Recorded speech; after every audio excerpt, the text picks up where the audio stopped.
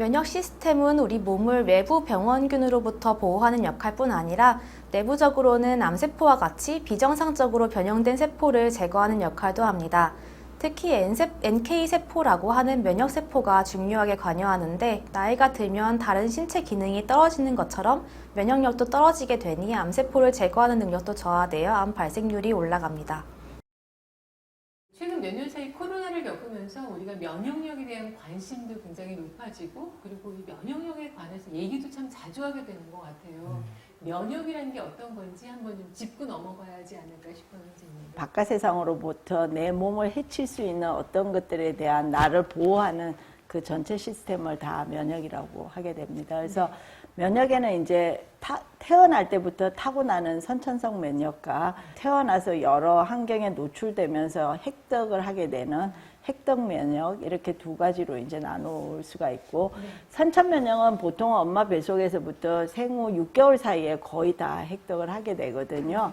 근데 이제 후천 면역은 이제 얼마나 내가 뭐 예방주사를 맞는다든지 혹은 균에 노출이 된다든지 또 바이러스에 노출이 된다든지 그 원인 물질에 대해서 아주 잘 체계적으로 항체를 만든다든지 이런 면역들이 이제 획득 면역, 선천 면역이 같이 이제 정교하게 하나의 시스템으로 우리를 잘 보호하면서 우리 몸을 지킬 수가 있게 됩니다. 네. 평소에 이제 혈관을 타고 다니면서 면역세포들이 이제 감시를 합니다. 감시를 하다가 외부에서 이제 병원성 미생물이 들어온 걸 인지를 하면 혈관 밖으로 빠져나가서 직접적으로 싸우죠.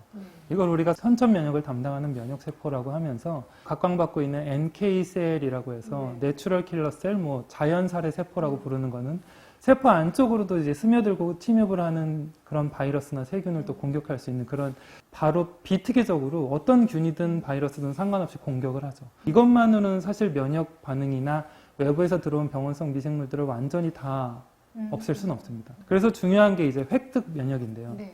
획득 면역이라는 건 사실 이게 완전히 활성화되는 데까지는 평균적으로 3일에서 5일 정도 시간이 걸립니다. 이건 마치 이제 정확하게 그 적에 맞는 미사일을 개발하고 만들어서 미사일을 쏘는 것 같은 그런 작용을 하는데, 이게 바로 항체이면서 면역 글로불린 G라고 부르는 것이죠. 이렇게 선천 면역과 획득 면역이 두 가지 방어 시스템을 공존하면서 서로 소통하고 협업하면서 우리 몸을 안전하고 완벽하게 지켜낼 수 있는 그런 면역 체계를 가동한다, 이렇게 이해를 하시면 되겠습니다. 네.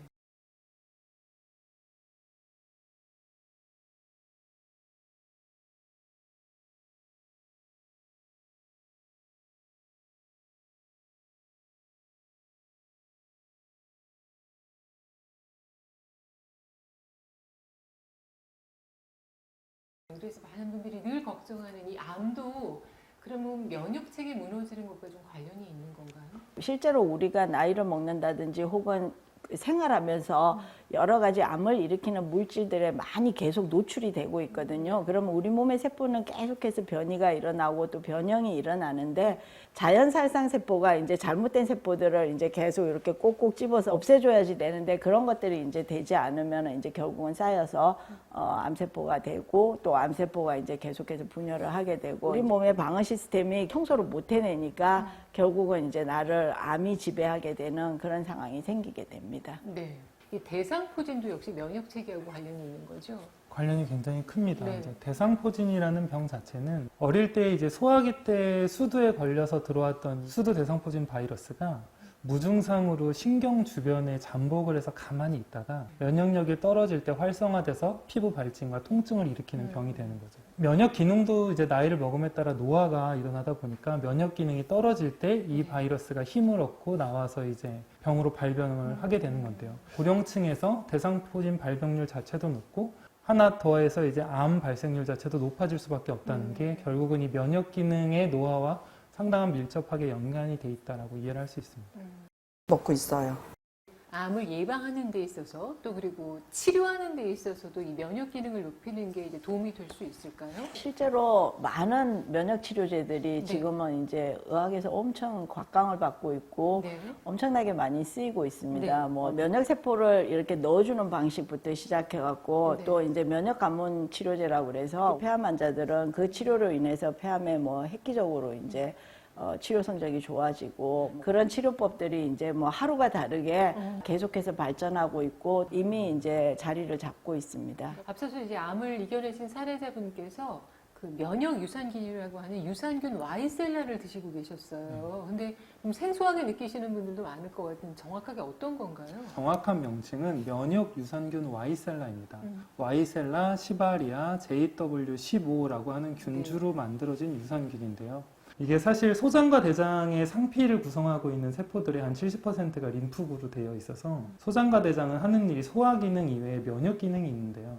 그럴 때 이렇게 우리 몸의 면역 기능에도 도움이 크게 되는 유산균들이 네. 장에 이제 많이 분포를 해주게 우리가 도와주게 된다면 네. 면역 기능이 상당히 올라갈 수 있는 그런 도움을 받을 수도 있을 겁니다. 궁금해지는 건 이 유산균 와이셀라가 이제 우리 면역 기능 향상에 이제 도움이 될 것인가? 그래서 이제 여러 실험에서 보면 이제 100명의 사람들에게 8주간 이 면역 유산균 와이셀라를 섭취를 시켰더니 네.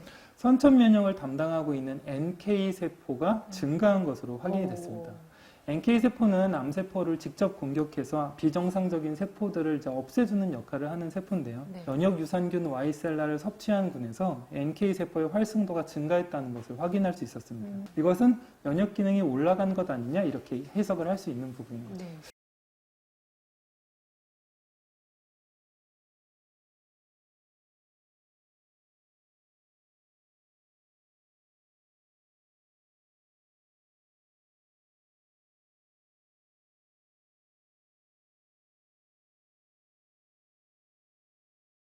이 사이토카인도 선천 면역 체계를 담당하는 면역 세포들한테 영향을 주고 움직이는 역할을 하기 때문에 네. 인터루킨 1 베타의 활성도가 증가했다는 것 또한 선천 면역을 높이는 데 도움을 줄 수 있지 않겠냐라고 해석을 할 수 있는 거죠.